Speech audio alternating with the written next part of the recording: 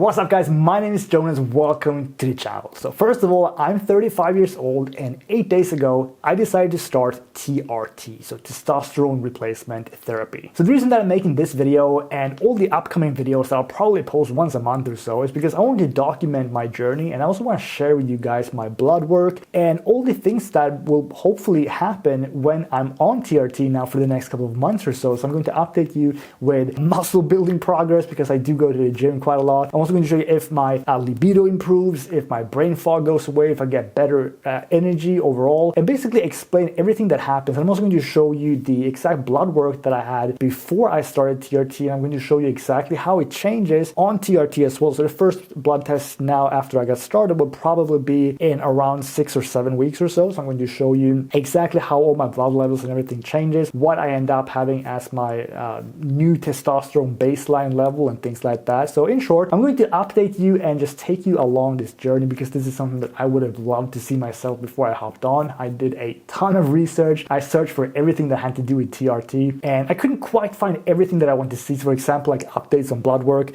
see how all the levels and stuff changed, if anything ended up looking critical after a couple months, things like that. But that is what I'm going to do right now. So hopefully once a month or so, I will be giving you guys updates. So if you want to see that, make sure to subscribe to the channel. And yeah, once a month or so, there will be new videos. So that is it for the intro. Now let's go to the backstory. All right, so why did I decide to start TRT? Well, I had pretty much all of the classical symptoms of low testosterone.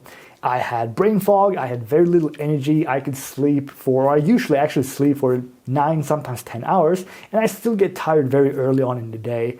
I have low libido, and I haven't been able to really build any muscle in the last couple of years, despite having a fairly clean diet and working out 3 to 5 times per week. Now, here's the thing, I've actually had a lot of these symptoms for 10 or even 15 years, and the reason that I didn't look into my blood work earlier, specifically if I had low testosterone, is because everywhere that I looked online, when you're searching for low testosterone, basically, the first thing you're going to see is that if you're under the age of, I think usually still like 50, there's a very low chance of you having low testosterone. And seeing as my symptoms started, at least some of them around 10 years ago, I was 25. So that was the first or the big reason that I didn't even look into it. I just kind of assumed that I'm probably just lazy and maybe a little dumb when it comes to like brain fog and energy and things like that. The second reason is because I also read that most people who do have low testosterone are typically speaking overweight, inactive, and with a pretty bad diet.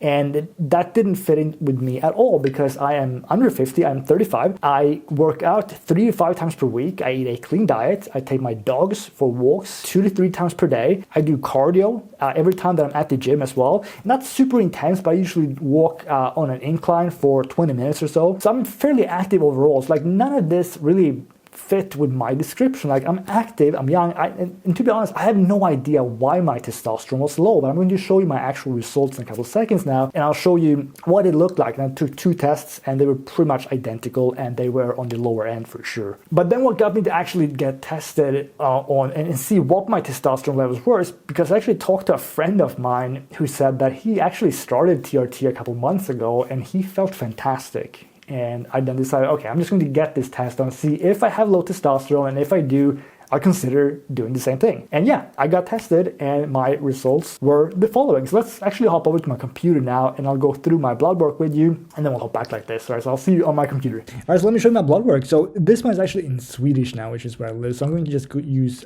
Google Translate, the built-in one, so it may make a little bit more sense to you. It's not perfect, I don't think, but if we go here, we click English, it is now going to show probably or possibly some kind of correct names here. So I'm not going to go through all of them because here's the thing, I'm not a doctor. I don't really understand what most of these things mean. I just want to be completely transparent with you and show you my actual numbers. But as we can see here, everything here is in range.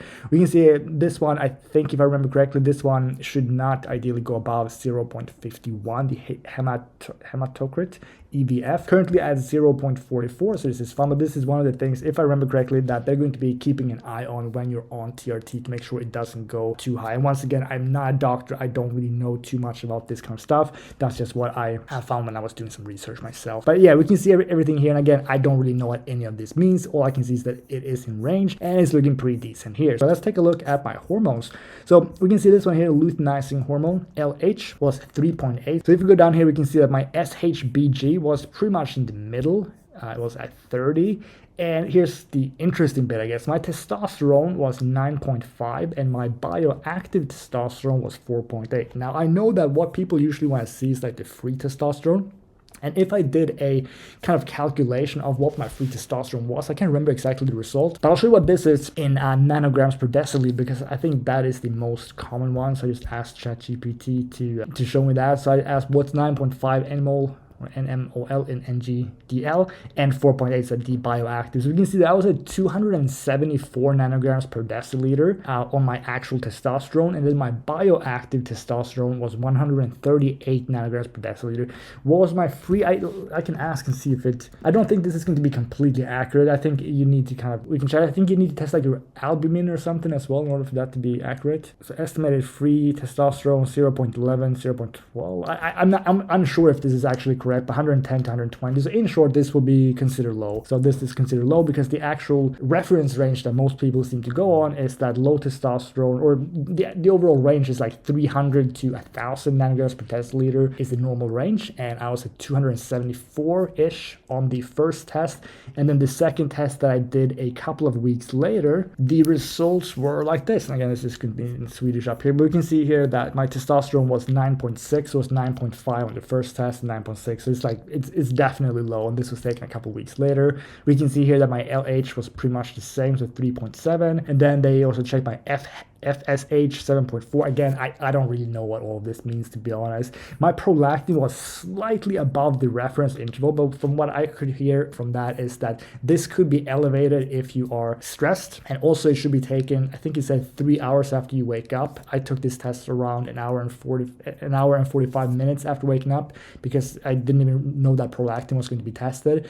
I just wanted to get my testosterone checked, so that could apparently be a reason for this, but this is something that they're probably also going to be keeping a close eye on as well, I guess, so it doesn't go up or something. But yeah, those are my blood work results before starting testosterone. So this is something I'm going to update you guys with as well, so as we go on. I think I'm a little tempted to take another test in a couple of weeks, like 2 or 3 weeks after starting, because by then my own production of testosterone should still be in place, at least somewhat, so I kind of want to see my levels. And that is something I also want to mention as well, because I'm actually not on injections, which is what most people seem to prefer. I've read a lot about this as well. Where I live in Sweden, you basically have two options. You can go with a testosterone gel, or you can get injections, but in that case, it's going to be done by a clinic, basically. I think it's called testosterone undecanate something.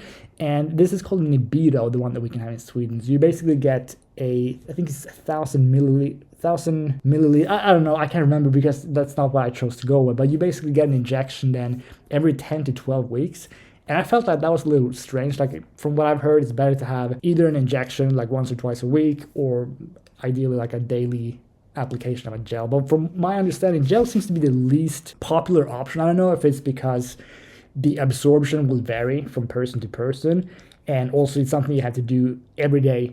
That is basically what I decided to start with for now, the gel. So I'm on a gel called Tostrex. But yes, I'm currently on my starting dose was 5, I think it's called pumps on the gel. So that gives me 50 milligrams of testosterone, and apparently the body takes up around 10 to 15% of that. So I really don't know what my levels will be at. I have no clue. But yeah, my starting point was around 275 nanograms per deciliter. My goal is to get up to a level basically where I feel good. I don't really care about the numbers specifically, but if I could get up to maybe, I don't know, 550 to 700, that is something that I would be happy with, assuming that I feel improvements in my overall well-being. So anyway, let's go back to the main camera. It looks better. So yeah, that's pretty much where I'm at right now. So I've been on this for 8 days now. I can't say that I really feel any major improvements just yet, but I don't think that's really expected until like 2, 3, 4 months or so. So I don't really expect too much. But yeah, what I will do as well is I will give you guys an update on how everything goes in the gym, because as I said, I do work out 3 to 5 times per week, and I've been pretty much standing still for the last couple of years now. Has my diet been perfect? Have I been tracking my calories? No, I haven't. I probably could have made some kind of gains without TRT, but I'm still curious. Even though that wasn't the main reason that I decided to start this, it is going to be interesting to see if I can actually put some muscle on now that my testosterone levels will hopefully go back to normal levels. But yeah, there's no point in me really wasting your time anymore. That is going to be it for this first video. So if you want to see the updates that as I said, I'll try and update every 3 or 4 weeks or so, regardless of if I see any major results or not, just to keep you guys updated. But yeah, that is it. So if you want to see those, make sure you hit that subscribe button, and I'll see you in the next video. Thanks for watching. I'll see you soon. Bye.